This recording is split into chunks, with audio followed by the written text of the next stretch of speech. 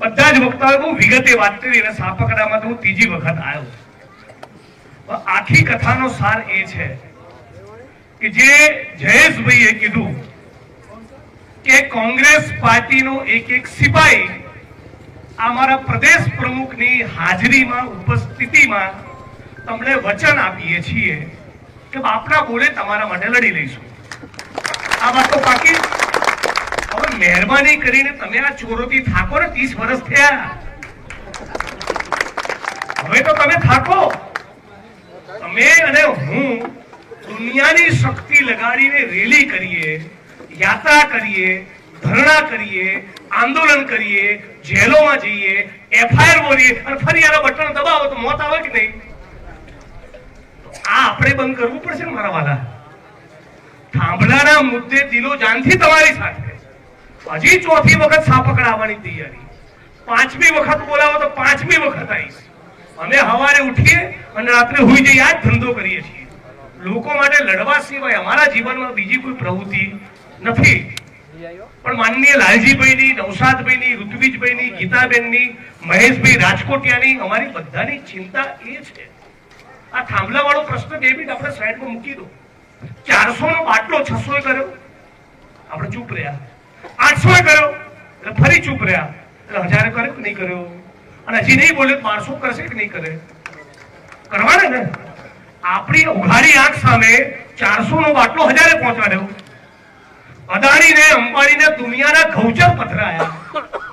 એક સમાજ બાકી નથી જેને ગાળો ભાજપના નેતાઓએ ના મૂકી છે. આમ સ્ત્રીઓને નગ્ન કરીને મણિપુરમાં ફેરવી આપણે ચૂપ રહ્યા.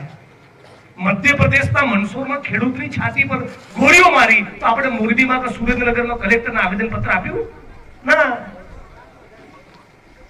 ઉત્તર પ્રદેશના લખીમપુર ખીરીમાં બોલેરો ગાડી એક મંત્રીના દીકરાએ ખેડૂતની છાતી પર ચડાઈ અને ચગડી કચડી પતાઈ દીધો. 4 ખેડૂતોને. અને છતાં આપણે ગુજરાતના ખેડૂતો બોલ્યા નહીં. કચ્છના પેલા ખેડૂતને જેને 30,000 થાંભલાના પકડાયા અને જે ખેડૂતને રૂપિયો નહીં આપ્યો એની ચિંતા સાપકડાએ કરી હોત તો સાપકડામાં થાંભલો જ ના આવે. એની ચિંતા કોટ ગામે કરી હોત તો બહેનોને ઢસડીને મારી હોત નહીં. એટલે મહેરબાની કરીને મારી વાણીને વિરામ આપતા પહેલા આપ તમામ ખેડૂત મિત્રો, વડીલો, યુવાનોને હાથ જોડીને વિનંતી કરું છું કે આખા પંથકમાં જ્યાં પણ આ મુદ્દે તકલીફ થાય, પ્લીઝ મહેરબાની કરીને દોડીને જજો. 5, 10, 15, 20 યુવાનોની, વડીલોની ટીમ બનાવો. આખા બેલ્ટમાં, વિસ્તારમાં ક્યાંય પણ આવો પ્રશ્ન આવે તો અમે જેમ અમારા માટે લડીએ છીએ એમ સાપકડા માટે લડીએ છીએ એવું બીજાની પડખે પણ ઉભા રહીશું. આ ભાઈ દિલ્હીથી આવ્યા છે, અમારા કોંગ્રેસના આગેવાન છે. એમણે શું લેવાનું? એમને વોટે નથી લેવાના.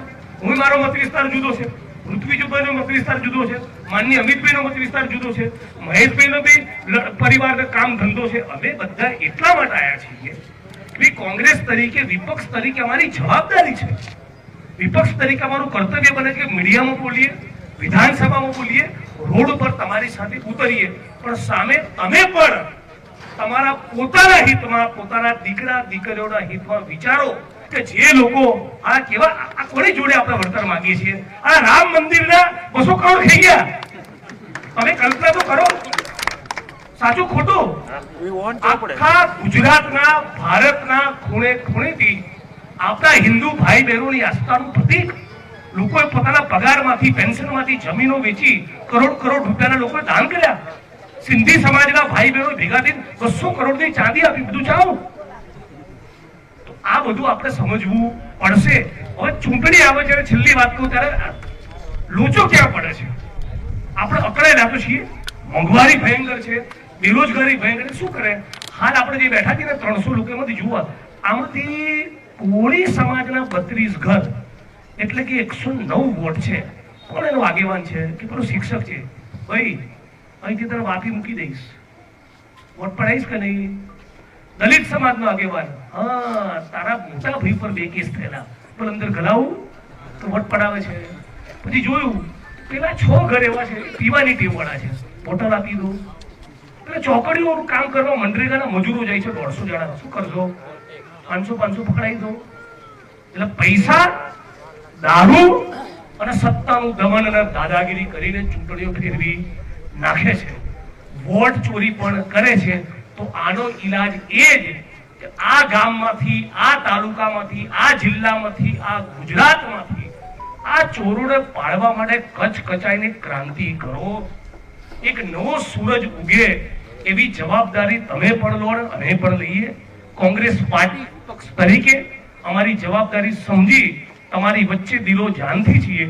તમે પણ અમને મજબૂત કરો, સાથ સહકારનો ટેકો આપો તો થાંભલાઈ નહીં દેખાય અને ખેડૂતોનું બજેટ પણ ડબલ કરીશું. આપણે જોયું કે જિગ્નેશ મેવાણીએ કહ્યું છે કે 30 વર્ષથી ભાજપ સરકાર શાસન કરતી આવે છે, તો હજી સુધી પ્રજા થાકી નથી કે શું? સાથે સાથે જનતાને એ પણ કહ્યું કે દુનિયાભરની તમારી માટે કોંગ્રેસ રેલી કરે છે, આંદોલન કરે છે, છતાં પણ તમે ચૂંટણી ટાઈમે ભાજપનું બટન દબાવો તો પછી મોત આવે કે નહીં? જિગ્નેશ મેવાણી વિશે તમારા શું મંતવ્યો છે? કોમેન્ટમાં જરૂરથી બતાવજો.